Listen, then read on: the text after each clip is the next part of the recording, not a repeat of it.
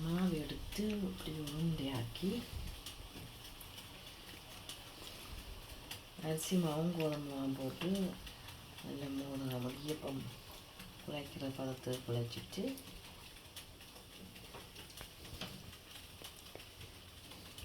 கொஞ்சம் நல்லெண்ணெய் இப்படி தொட்டு பார்க்காம இப்படி பிடிக்கிறோம். அப்புறம் உள்ளுடன் பயறு, சர்க்கரை, தேங்காய் கொஞ்சம் ஏலக்காய்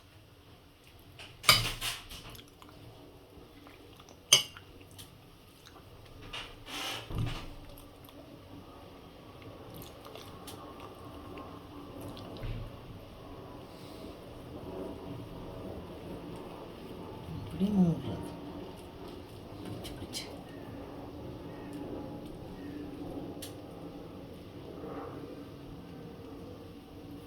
மோதகம் ரெடி. இது பானையில் வச்சு அவிக்கணும். பவுசி அடிங்கோ. ஓகே, பிடிச்சி வச்ச மோதகம் கொழுக்கட்டையை இப்போ நான் அவிய வைக்க போகிறேன். பிறகு தண்ணி நல்லா கொதிக்குது. ஃபில்டர் வச்சுட்டேன். வந்தவங்க வைப்போம்.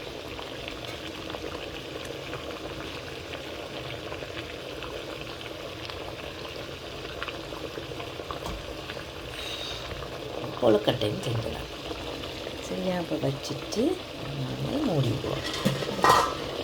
மூடி ஒரு 10-15 நிமிஷம் மூடி விட்டு அதுதான் கொழுக்கட்டை ரெடி. இப்போ 15 நிமிஷம் ஆயிட்டுது. திறந்து பார்ப்போம். அவிஞ்சிட்டு இப்போ நாங்கள் இதுக்குள்ளே கொஞ்சம் பச்சை தண்ணி, குளிர் தண்ணி தெளித்து சூடு தண்ணி தெளித்து கரண்டியால் இருக்கிறேன். கை சுடுவது இதில் வைப்போம்.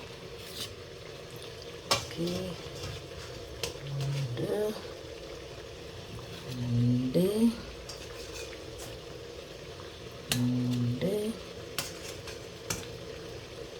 பிள்ளையார் கொழுக்கட்டை 4. இந்த பிள்ளையார் மோதகம், இது ஒரு கொழுக்கட்டை. இப்போ அடுத்து இருந்து அவியாதது வைக்க போகிறேன். 2 ஒரு கொழுக்கட்டை. இப்போ நான் அவிய வைக்கிறேன்.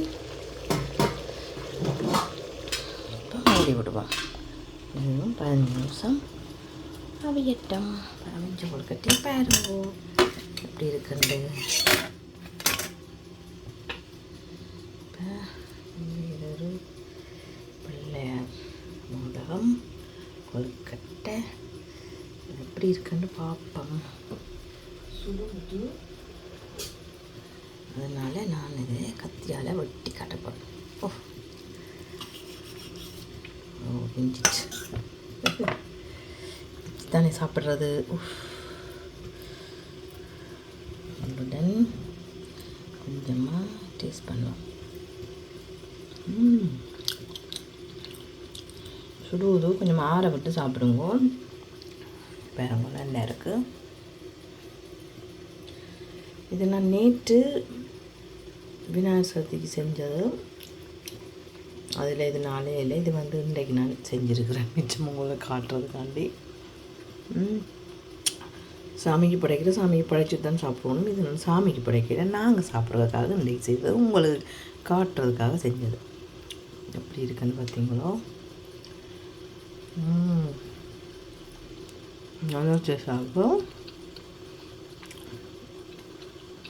சுட சாப்பிட்றேன்.